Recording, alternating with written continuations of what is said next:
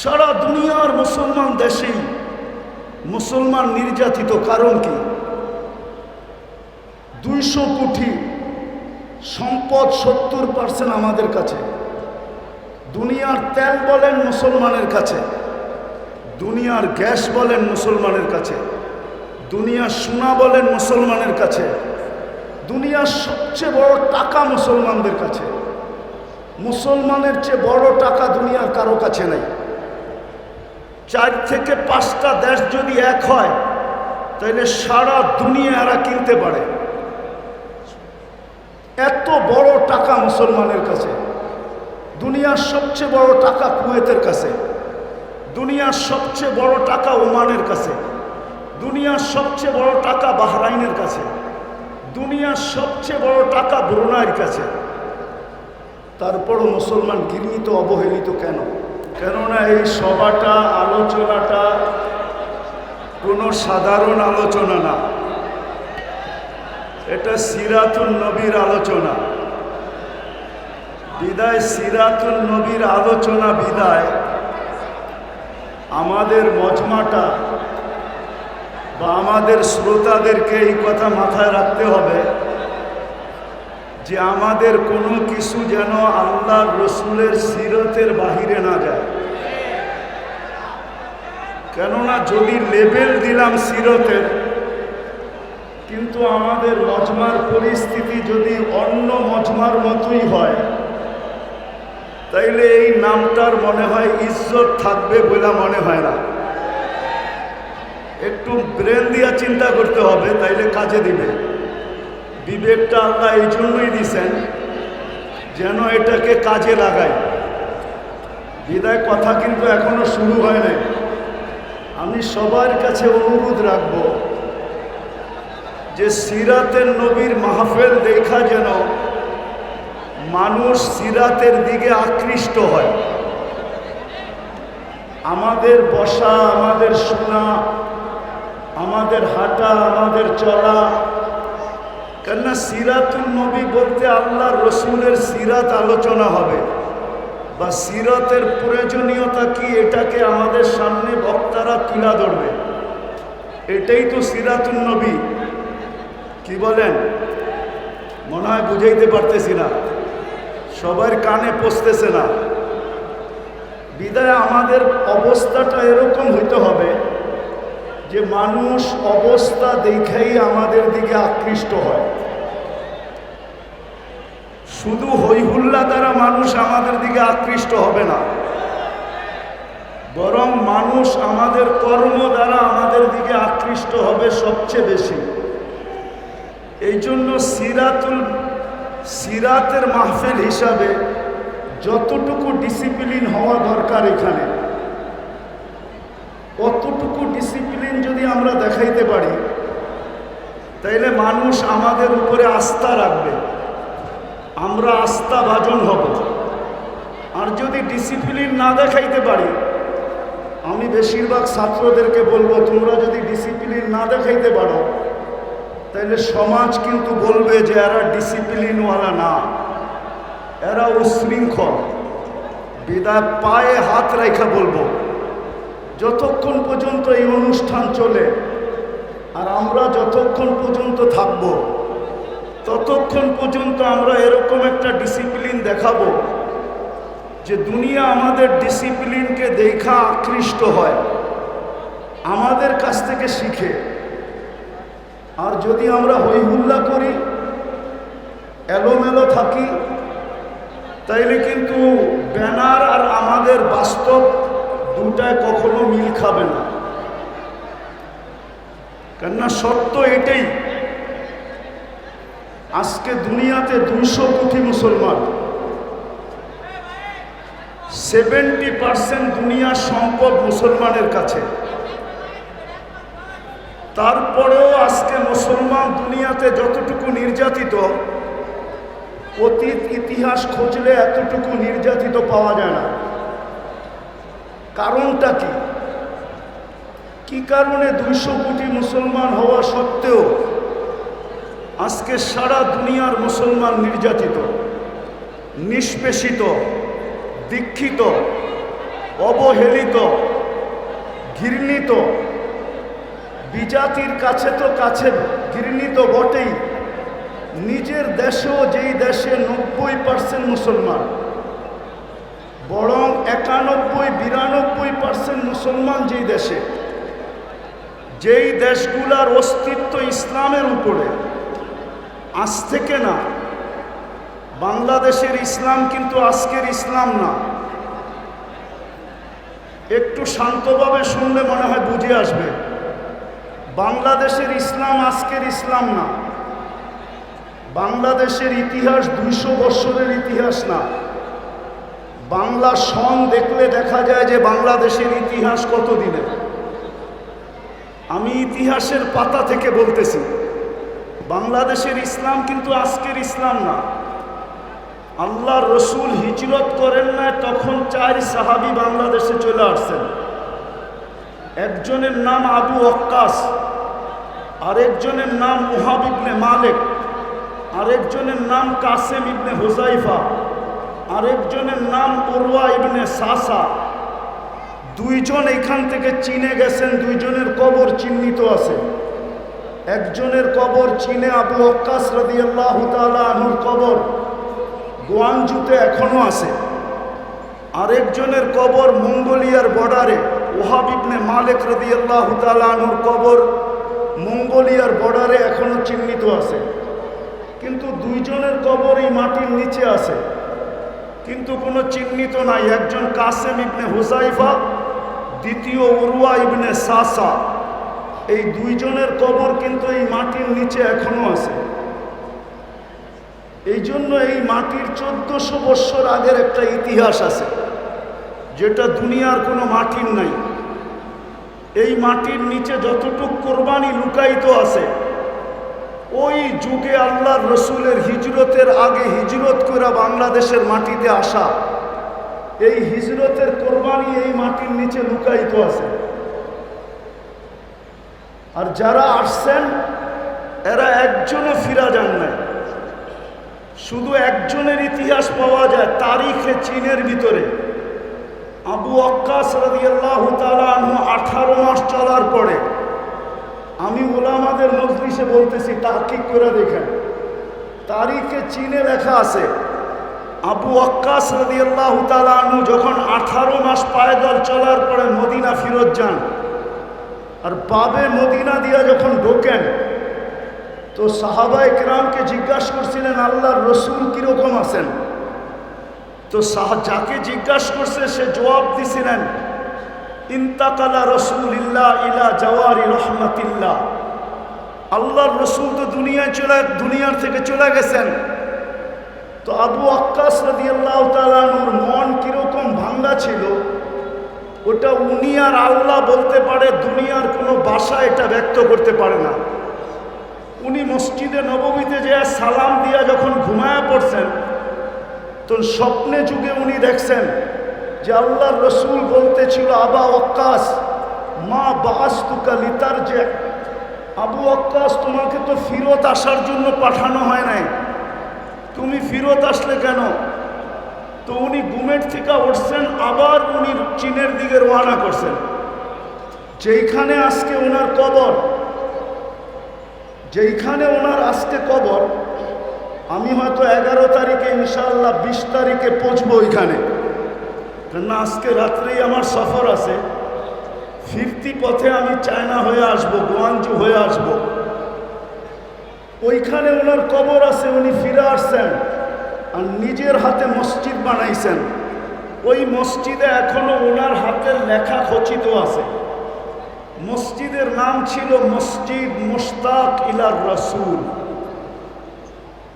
বাবার বিষয় কিন্তু মসজিদ মুশতাক ইলার রাসূল, আল্লাহর রসুলের জন্য পাগল প্রায় যেই ব্যক্তিরা, ওদের মসজিদ। তো যেটা বলতেছিলাম, আজকে 92% মুসলমান। তারপরও আমরা জানি আমাদের দেশে আমরা কতটুকু দীক্ষিত, কতটুকু বঞ্চিত, কতটুকু লাঞ্ছিত, কতটুকু আমরা অবহেলিত, কতটুকু আমরা নির্যাতিত। মনে হয় বুঝাইতে পারি না। সারা দুনিয়ার মুসলমান দেশেই মুসলমান নির্যাতিত। কারণ কি? 200 কোটি সম্পদ 70% আমাদের কাছে। দুনিয়ার তেল বলেন মুসলমানের কাছে, দুনিয়ার গ্যাস বলেন মুসলমানের কাছে, দুনিয়ার সোনা বলেন মুসলমানের কাছে, দুনিয়ার সবচেয়ে বড় টাকা মুসলমানদের কাছে। মুসলমানের চেয়ে বড় টাকা দুনিয়ার কারো কাছে নেই। 4 থেকে 5টা দেশ যদি এক হয় তাহলে সারা দুনিয়া এরা কিনতে পারে। এত বড় টাকা মুসলমানের কাছে। দুনিয়ার সবচেয়ে বড় টাকা কুয়েতের কাছে, দুনিয়ার সবচেয়ে বড় টাকা ওমানের কাছে, দুনিয়ার সবচেয়ে বড় টাকা বাহরাইনের কাছে, দুনিয়ার সবচেয়ে বড় টাকা ব্রুনাইয়ের কাছে। তারপরও মুসলমান ঘৃণিত অবহেলিত কেন? আমার প্রশ্ন বলতে পারেন, কথা বলার ঢংও বলতে পারেন। আমার বিশ্বাস, এটা আমি মনের থেকে বিশ্বাস করি, আমার উপরে যে কেউ আঙ্গুল উঠাইতে পারেন তাতে কিছু আসে যায় না, বিরুদ্ধে লিখতে পারেন তাও কিছু আসে যায় না।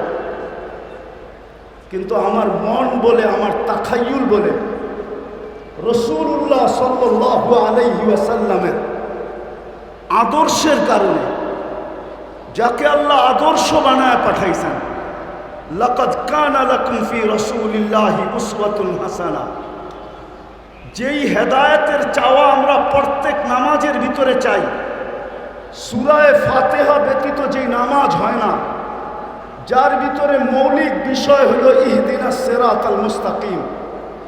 আমি মাদ্রাসার ছাত্রদেরকে বলতেছি, তোমরা একটু ভালোভাবে আমার কথাটা চিন্তা করো, ঠান্ডা মাথায় চিন্তা করো। যেই হেদায়েত আমরা প্রত্যেক রাকাতে চাই, যেই হেদায়েত মানুষের জিনিসের জীবনের ভিতরে সবচেয়ে বড় জিনিস, হেদায়েত প্রাপ্ত যে হয়, খোদার কসম তার কোনো জিনিস দ্বারা মানুষ কষ্ট পায় না, এমনকি পিঁপড়া পর্যন্ত কষ্ট পায় না। আমি আমাদের আকাবেরদের জীবনীর ভিতর থেকে একটা জীবনী বলতে চাইতেছি। হুসাইন আহমদ মাদানী রহমতুল্লাহ আলাইহি একবার হাটহাজারী মাদ্রাসায় আসছিলেন। আজ থেকে 50 বছর আগের কথা হবে, কারো মনে আছে কিনা আমি জানি না। আহমদ শফি সাহেব রহমতুল্লাহ আলাইহি যদি জীবিত থাকতেন তাইলে ওনার কাছ থেকে হয়তো আমার কথাটাকে সত্যায়িত করা যেত। ওই সময় কোনো নলের ব্যবস্থা ছিল না। হাটহাজারীর পুষ্কুনির সিঁড়িতে বৈশা উজু করতে হতো। হুসাইন আহমদ মাদানী রহমতুল্লাহ আলাইহি উজু করতেছিলেন। পুরান মসজিদের সামনে পুষ্কুনি ছিল, যারা দেখছে তারা দেখছে। ওইটার এক পাড়ের দিকে, দক্ষিণ পাড়ের দিকে একটা পিপিলিকা পানিতে হাবুডুবু খাইতেছিল, কারো চোখে পড়ে নাই। হুসাইন আহমদ মাদানী রহমতুল্লাহ আলাইহি চোখে পড়ছে। উনি উজু ছাড়ছেন, ওই দিকে গেছেন, পানিতে নামতে নামতে হাঁটু পানিকে অতিক্রম করা রান পানি পর্যন্ত নামছেন। তারপরও পিপিলিকার নাগাল পাইতেছিলেন না। তো উনি মেসওয়াক বাহির করে আগে বাড়াইয়া দিছেন, পিপিলিকাকে উঠাইয়া উপরে ঝেড়া দিছেন। সমস্ত ছাত্ররা ওনার ওই সময় উপস্থিত ছিল। হুসাইন আহমদ মাদানী রহমতুল্লাহ আলাইহি। আমরা আমাদের আকাবেরদেরকে চিনি না, আমাদের ইয়াং যুবকরা আজকে আকাবেরদেরকে চিনে না। না চিনার কারণেই আমরা আকাবেরদের না অনুসরণ করতে পারি না, আকাবেরদের ব্যাপারে সঠিক মনের থেকে মুখ দ্বারা ব্যক্ত করতে পারি। বরং দেখা যায় আমাদের সমাজে ইয়াং বেস আকাবেরদেরকে পর্যন্ত লাঞ্ছিত করতে দ্বিধা করে না, আকাবেরদেরকে পর্যন্ত আঙ্গুল উঠাইতে দ্বিধা করে না।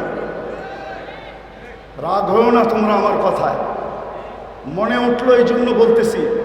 ইমাম তিরমিজি রহমতুল্লাহ আলাইহির জীবনী পড়া দেখো। ইমাম তিরমিজি রহমতুল্লাহ আলাইহি লেখছেন যে আমার থেকে বয়সে যে একদিন বড়, তার ভিতরে আমার থেকে 100 গুণ খায়ের বেশি। ওনাকে জিজ্ঞাসা করছে, আপনি এটা বলেন কি করে? বলছে, খায়রুল কুরুনি কারনি, আমাকে বলে আল্লাহর রসুলের জমানার যে যত কাছে হবে তার কাছে তত বেশি খায়। আমাদের আকাবেররা আমাদের আল্লাহর রসুলের জমানার কাছে ছিল, আমি জমানার থেকে আজকে দূরে। আমার মুরব্বী যে বসা আছে উনি আল্লাহর রসুলের জমানার কাছে আমার থেকে, যদিও আমার দাড়ি পাকা, ওনার দাড়ি পাকা, কিন্তু বয়সে উনি আমার চেয়ে বড়। বিদায় আমি মনের থেকে বিশ্বাস করি ওনার ভিতরে আমার চেয়ে কোটি গুণ বেশি খায়ের রাখা আছে। তো যেটা বলতেছিলাম, হুসাইন আহমদ মাদানিকে জিজ্ঞাসা করছে, হজরত আমাদেরকে বললেই তো পারতেন। তো উনি জবাব দিছিলেন, হা কাদা উমির না, আল্লাহর আমর আমার দিকে ছিল, বিদায় পিপিলিকাকে বাঁচানো আমার দায়িত্ব ছিল, তোমাদের দায়িত্ব ছিল না। রসুলের আদর্শ তো আমাদেরকে এটাই শিখাইতেন। আজকে সারা দুনিয়ার মুসলমান 200 কোটি হওয়া সত্ত্বেও দুনিয়ায় বর্তমানে যত আলেম ওলামা আছে, 50 বছর পিছে গেলে এত আলেম ওলামা ছিল না। আজকে যত মাদারেস আছে এত মাদারেস ছিল না। আজকে যত হেফজোখানা আছে এত হেফজোখানা ছিল না। আজকে যত খোতাবা আছে অতীতে এত খোতাবা ছিল না। কিন্তু আজকে যতটুক দুর্দশা, 50 বছর আগে আমাদের এরকম দুর্দশা ছিল না। কসম খোদার, আমার মুরব্বীরা আছে কিনা জানি না, কাউরন বাজারের সভা ছিল, হজরত মৌলানা আব্দুল গফফার সাহেব রহমতুল্লাহ আলাই উনি কাউরন বাজারের সভায় বয়ান করতেছিলেন। আমাদের রাষ্ট্রপতি এরশাদ সাহেব পাশে বসা ছিল, উনি তখন রাষ্ট্রপ্রধান। আব্দুল গফফার সাহেব হাসতে হাসতে বলতেছিল এরশাদ সাহেবকে লক্ষ্য করা, যে আপনি আমাদের রাষ্ট্রপ্রধান, আমাদের একটা নীতি আছে, রীতি আছে, প্রথম দিন বাসর ঘরে যদি বউকে দেখতে হয় তাইলে আমাদের দেশে টাকা দিয়া দেখতে হয়, মধ্যখানে শালা শালিরা পর্দা ধরে, জামাই যতক্ষণ পর্যন্ত টাকা না দেয় তো পর্দা উঠায় না, নিজের বউয়ের চেহারা দেখতে দেয় না। আপনি আমাদের রাষ্ট্রপ্রধান হওয়া সত্ত্বেও আপনি আপনার বউকে এরকম খোলা ছেড়া দিলেন কি করে, যে এখন একজন রিক্সাওয়ালাও পয়সা ছাড়া আপনার ওয়াইফকে দেখে? ওইটা একটা সময় ছিল, একটা সময় ছিল, খায়রের সময় ছিল। ওনারা আল্লাহর রসুলের জমানার কাছে ছিলেন, আদর্শের উপরে প্রতিষ্ঠিত ছিল। এরশাদ সাহেব শুধু হাসছেন, কোনো প্রতিবাদ করেন নাই, কোনো জিদ বা হিংসা বিদ্বেষ ভিতরে নেন নাই, যে আমি স্টেজ থেকে যায়া গফফার সাহেব তোমাকে দেখাবো তুমি কত বড় আব্দুল গফফার। কোনো প্রতিশোধ নেন নাই। কিন্তু আজকে কথা বলে স্টেজ থেকে নামা যায় না, কথা বইলা স্টেজে বসেও থাকা যায় না। কেন এই দুরবস্থা? আমার প্রশ্নের জবাব দেন আপনারা, কেন এত দুরবস্থা? টুপিওয়ালা তো আগের চেয়ে বেশি, দাড়িওয়ালা তো আগের চেয়ে বেশি, নামাজি তো আগের চেয়ে বেশি, তাবলিগওয়ালা তো আগের চেয়ে বেশি, ওয়াজ নসিহত তো আগের চেয়ে বেশি। আমি কথা শেষ জায়গায় চলে আসছি। আজকে আমরা আল্লাহর রসুলের আদর্শকে শুধু একটা ব্যানারে আবদ্ধ করছি। সিরাত শুধু ব্যানারে আবদ্ধ আমাদের জীবনে না। আমরা সিরাতকে মানুষের সামনে তুলে ধরতে পারি না। রাগ হয়েন না, পায়ে হাত রাখি। গত বৎসরও এখানে এই সিরাত মাহফিল ছিল, এর আগের বৎসরও ছিল, এর আগের বৎসরও ছিল, এই বৎসরও সিরাত মাহফিল আছে।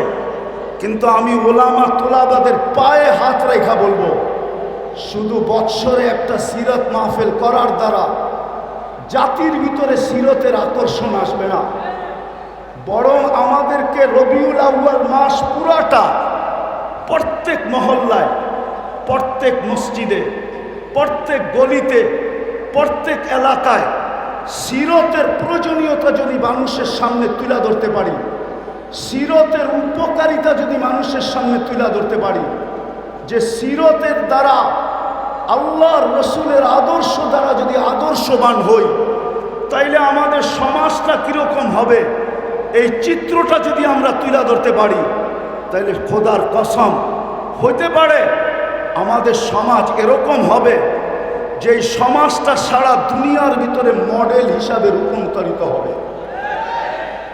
যদি সারা রমজানে যদি পুরা রমজানে ফাজাইলে রমজান পড়া হইতে পারে, হজের মাসে যদি পুরা মাস ফাজাইলে হজ পড়া হতে পারে, তাইলে রবিউল আউয়াল মাসে প্রত্যেক মসজিদে কেন সিরাতের কিতাব পড়া হয় না? আমরা সবাইকে সিরাতের কিতাব পড়তে বলি না কেন? সবচেয়ে ছোট একটা সিরাতের কিতাবও তো পড়তে বলতে পারি। সিরাতে খাতিমুল আম্বিয়া সবচেয়ে ছোট সিরাত, আমরা কেন আমাদের যুবকদেরকে উজ্জীবিত করতে পারি না? আমাদের যুবকরা সারা রাত্র নেটের ভিতরে থাকে, আনলিমিটেড সারা রাত্র ব্যয় করতে থাকে, অথচ অল্প একটু নেট খরচ হবে সিরাতে খাতিমুল আম্বিয়া পড়তে। আমরা কলেজের ছেলেদেরকে কেন হাতে পায়ে ধরে উদ্বুদ্ধ করতে পারি না? কেন স্কুলের ছেলেদেরকে পারি না? কেন ইউনিভার্সিটির ছেলে মেয়েদেরকে পারি না? আমার কথা একমত হবেন কি হবেন না জানি না। আমি দুনিয়া ঘুরে বলতেছি, আমি আপনাদের স্বাধীনতা দেখি নাই, কেননা আমি জুলাইয়ের 18 তারিখে চলে গেছি। আমি আগস্টের 18 তারিখে বাংলাদেশে আসছি। আমার সফর ছিল ইংল্যান্ড, কানাডা, মিশর, সৌদি আরব হয়ে আমি দেশে আসছি। আমাদের এখন সময় আসছে, আমাদের উচিত স্কুল কলেজ সর্বত্র আমাদের উচিত, বিশেষ করে ওলামা তোলাবাদের উচিত এই রবিউল আউয়াল মাসটাকে কেন্দ্র করা প্রত্যেক গলি গলি সিরতের প্রয়োজনীয়তা বয়ান করা, প্রত্যেক মসজিদে সিরতের তালিম করা, আল্লাহর রসুলের আদর্শ সর্বক্ষেত্রে ছাড়ার কারণে আজকে আমরা নিজের দেশেও লাঞ্ছিত, বিদেশে তো লাঞ্ছিত, অন্যের হাতে তো লাঞ্ছিত, আমরা নিজেদের হাতেও লাঞ্ছিত। আজকে আমরা সিরতকে ছেড়া দিছি, রসুলের আদর্শকে ছেড়া দিছি, এর জায়গার ভিতরে আমরা আবেগকে নিয়ে আসছি, অন্য কিছুকে নিয়ে আসছি, রসুলের আদর্শকে নিয়ে আসি নাই। আসেন, যেই রসুল 23টা বছর চোখের পানি ঝরায়া আল্লাহর কাছ থেকে আমাদেরকে, সমস্ত উম্মতের ভিতর থেকে আল্লাহর কাছ থেকে আমাদেরকে যা নিয়ে দিছেন, যেই মর্যাদা আমাদেরকে পাওয়ায়া দিছেন, এর চেয়ে বড় মর্যাদা কি হইতে পারে? যে রসুল আমাদেরকে পাওয়ায়া দিছেন। সুহাদা আলান নাস, এতটুক শব্দের ভিতরে যদি ডুব দেই তাহলে দেখা যাবে আল্লামা জালালউদ্দিন সুয়ুতি রহমতুল্লাহ আলাইহি লেখছেন, এই উম্মত কিয়ামতের দিন আল্লাহর পক্ষে সাক্ষী হিসাবে আল্লাহর পাশে দাঁড়াবে। সমস্ত উম্মতের উপরে আল্লাহ আমাদেরকে সাক্ষী হিসাবে গ্রহণ করছেন, নিজের পক্ষে নির্বাচিত করছেন। এর চেয়ে বড় সৌভাগ্য কি চান? কিন্তু প্রশ্ন যদি উঠে আমাদের পক্ষে কে, তো আল্লাহ তো এটাও বলে দিছেন, ওর রসুল শাহিদান আলাইকুম, আমি বন্ধুকে তোমাদের পক্ষে দিয়া দিছি আর তোমাদেরকে আমার পক্ষে নিয়ে নিছি। বিদায় আসেন আমরা আজকের এই মাহফিল থেকে অঙ্গীকার করি, আর এটা না হওয়ার কারণে রবিউল আউয়াল মাস ব্যাপী প্রত্যেক মসজিদে, প্রত্যেক গলিতে, প্রত্যেক মহল্লায়, প্রত্যেক গ্রামে, প্রত্যেক ইউনিয়ন, থানা, জেলায় সিরাতের চর্চা না হওয়ার কারণে রবিউল আউয়ালের নামে হাজারো আগাছা সমাজে ছড়ায় গেছে। যতই চিৎকার দেন, এই চিৎকারে দিলের মহব্বত বাহির করা যাবে না। যদি মহব্বত বাহির করতে হয় তাইলে ওইটাকে আগে ডিলেট করতে হবে, আর নবীওয়ালা মহব্বত দিয়া ওইটাকে ধুইতে হবে, নাইলে এই আগাছা দূর করা যাবে না, যে আগাছা রবিউল আউয়ালের নামে বাংলাদেশে ছড়ায় গেছে। আপনি বলবেন, আপনি যে প্রবচন দিলেন যে সারা মাস প্রত্যেক মসজিদে সিরাতের তালিম, সিরাতের আলোচনা, গলিতে, মহল্লায়, হাটে, বাজারে, প্রত্যেক গ্রামে, এরকম কি দুনিয়ার কোনো দেশ আছে? আমার সাথে চলেন, আমি আপনাদেরকে দেখায় দেব। আমি ওই দেশে গেছি, একবার যাই না, 6 বার গেছি। আর একবার আমি ওই মহফিলে নিজে গেছি। আমার যাওয়ার কথা ছিল 1 সপ্তাহ পরে। আমাকে ওনারা চিঠি পাঠাইছেন, আমাদের এখানে 1 মাস সুদানে সিরতের আলোচনা হয়, টানা 1 মাস, রবিউল আউয়ালের 1 থেকে নিয়ে 30 তারিখ পর্যন্ত। আপনি যখন আসবেন তো 1 সপ্তাহ আগে আসেন। আপনি আরবি না বলতে পারলেও ভাঙ্গা ভাঙ্গা যা বলতে পারেন, আমরা আপনার মুখ থেকে কিছু শুনতে চাই। এখনো আপনি সার্চ দিয়ে দেখতে পারেন, সুদানে 1 মাস সিরতের চর্চা হয়, সিরতের 1 মাস। আপনারা আর কয়জন? এক মজমায় 4 থেকে 5 লক্ষ লোক থাকে। চলেন, আমি ইয়ামান 4 বার গেছি। ইয়ামানে 1 তারিখ থেকে 30 তারিখ পর্যন্ত, মাসের শেষ পর্যন্ত প্রত্যেক মসজিদে সিরতের চর্চা হয়। দুনিয়ায় আরো দেশ আছে, মরক্কো, জাজায়ের, টিউনেসিয়া, মুরিতানিয়া, সারা মাস সিরতের চর্চা হয়। আজকে যদিও আমি আসার ছিলাম না, কিন্তু এমাদউদ্দিন সাহেবের বারবার ফোনের কারণে আসছি। আমি রাত্রি চলে যাব, আমার সফর কোরিয়ায়। কিন্তু আমি আসছি আপনাদের কাছে শুধু এই দরখাস্তটা রাখার জন্য। আজকের এই মজলিস থেকে আমরা ওলামা তোলাবা অঙ্গীকার করি যে বাকি পুরা মাসটা আমরা আমাদের মসজিদের ভিতরে সিরতের চর্চা করব। সিরতের আলোচনা হবে, সিরতের তালিম হবে, আমাদের ঘরের ভিতরে হবে, আমাদের মসজিদে হবে, মহল্লায় হবে। বুঝাইতে চেষ্টা করেন, একদিনে দূর হবে না, ইনশাআল্লাহ হইতে পারে অচিরেই দেখা যাবে যে বাংলাদেশে রবিউল আউয়ালের নামে যেই সমস্ত আগাছা ছড়াইছে, আমরা যখন শুরু করব প্রত্যেক গলি গলি, প্রত্যেক মসজিদ মসজিদ, তাইলে আর এটাকে দূর করার জন্য অন্য কোনো জিনিস লাগবে না। আমাদের এই চেষ্টার মাধ্যমে ইনশাআল্লাহ এগুলা বাংলার জমিন থেকে দূর হয়ে যাবে। আর না হলে যতই চিৎকার দেই, চিৎকার আজ থেকে চলতেছে না, আমাদের সেই ছোটবেলার থেকে দেখতেছি চিৎকার। কিন্তু বলেন, জশ্নে জুলুসের মিছিল কি ছোট হয় না বড় হইতেছে? বলেন বলেন আমাকে, বড় হইতেছে না ছোট হইতেছে? ডিম আগে 1000 টাকা বিক্রি হইতো, এখন 5 লাখ টাকা বিক্রি হয়। ডিমের দাম বাড়ছে না কমছে? ডিমের দাম বোঝেন? মনে হয় ডিমের দাম আপনারা বোঝেন না। আপেলের দাম 1000 টাকা ছিল, এখন 1 লাখ টাকা হয়েছে। চিনেন আপেলের দাম? জানেন তো না আপেলের দাম? কিন্তু আমি তো ঠান্ডা মানুষ, এই জন্য আপনাদের চিৎকার ওঠে নাই। হ্যাঁ, নাইলে বাংলাদেশ ছাড়া ইম্পোর্টেড আইটেম হয় না। যার দেশের ভিতরে যার কোনো পরিচিতিই নাই, যাকে মহল্লায় পর্যন্ত কাউকে চিনে না, তার এলাকায় পর্যন্ত চিনে না, তার হাতের ছোঁয়ার ডিম বিক্রি হয় চিটাগাঙ্গে 5 লাখ টাকা। 5 লাখ টাকা। মনে হয় বুঝাইতে পারি নাই, মনে হয় বুঝাইতে পারি নাই। কি বুঝছেন? তৈয়ব শাহর হাতের ডিম, উনি তো নাই, ওনার ছেলের হাতের ছোঁয়া ডিম বিক্রি হয় লাখ লাখ টাকা। উনি পাকিস্তান থেকে ইম্পোর্টেড মাল। একটা আপেল বিক্রি হয় লাখ টাকা। বিশ্বাস হয় না? মনে হয় হয় না? না না, হয় না আপনাদের। আমার মতো গভীর জিনিস আপনারা জানেন না, শুধু উপরে উপরে জানেন। পানিতে ফু দিলে গ্লাস বোতল বিক্রি হয় লাখ টাকা, লাখ টাকা। অথচ যাকে নিজের মহল্লায় চিনে না, যার ছেলে সন্তানের জীবনে আল্লাহর রসুলের কোনো আদর্শ না, পারি নাই আমরা। আমরা শুধু চিৎকার দিতে পারছি, আমরা শুধু মাঠ গরম করতে পারছি। রসুলের আদর্শ আজকে বুলুণ্ঠিত।